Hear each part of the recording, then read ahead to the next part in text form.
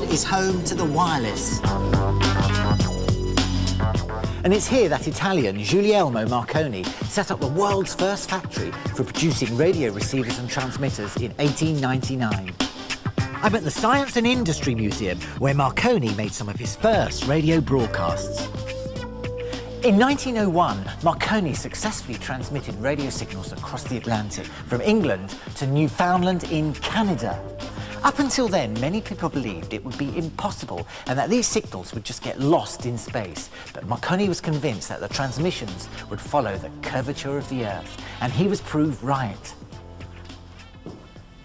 To find out more, I've come to talk to Jeff Bowles, the museum's curator.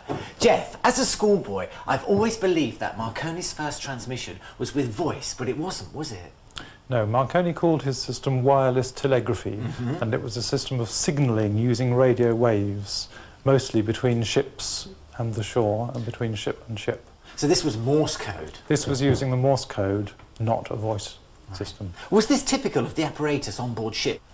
This was a receiver. This is the receiving end of the system. The transmitting end was a spark. The receiving end here is the coherer. Right. It looks nothing like a radio receiver as we would know it now. And what age is this? This was made in Chelmsford at the Hall Street factory in 1905, so it really is in the early days of radio. One of the pioneering ones. Yes, indeed. It was terribly important for ships. Why was that? Well, they were totally isolated away from shore, and you couldn't run a wire from a ship to shore. No, obviously.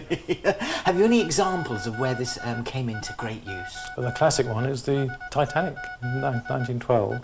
And 700 people really owed their lives to the wireless transmissions from ship to ship.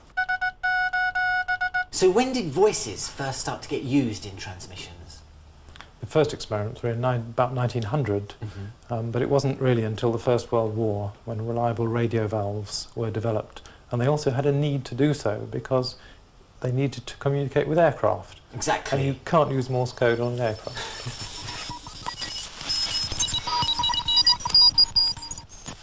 The military breakthrough was soon turned to commercial use, and by 1922, the Marconi factory was producing radios capable of picking up voices. The radio era had begun. This is Golf X-Ray Zero, Mike Whiskey Tango calling. Well, we've heard about the history of radio and its technical development. Now let's find out about what's collectible and how much we should pay for it. And who better to talk to than Chris Horton. Chris? Hi, Paul. You're a collector. Now, judging by this lot, Yes, Art Deco has a very important part in style. it has, and it's all very touchy-feely as well, isn't it? And I think that if you're going to collect radios, it's best to stick to one particular theme. Right. My style is basically anything which is manufactured from roughly 1930 all the way through to the early 1950s. Now, you've singled out these two, and this one actually has caught my eye. I like this one. Tell me about this. Those two radios were actually Nazi propaganda sets. They were produced by Hitler's propaganda ministry from around 1934 all the way through to toward the end of the war. At the end of World War II, the victorious Allied soldiers from all over the world took those sets from Germany in the back of their knapsacks. Yeah, and they're quite became portable, aren't they? It's a collectible. good They're size. very portable. For many, many years, these radios held a premium price. This would sell for between 150 to 200 pounds.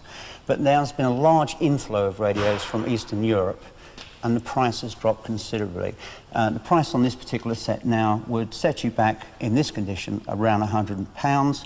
And the larger set at the bottom around 150 pounds. But even so, they're still very interesting and still very desirable radios to collect.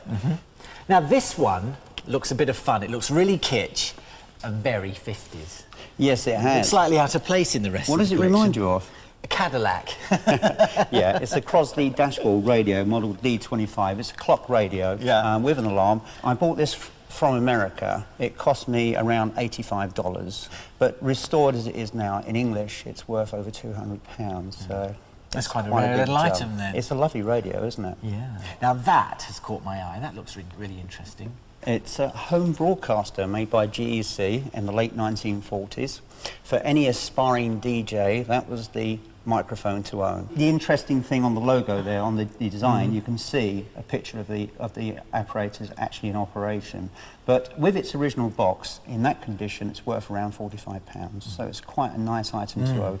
And it's made out of beautiful brown Bakelite. I do like a Bakelite finish, though. So that really is like the very early forms of karaoke. It is. Chris, what a great collection.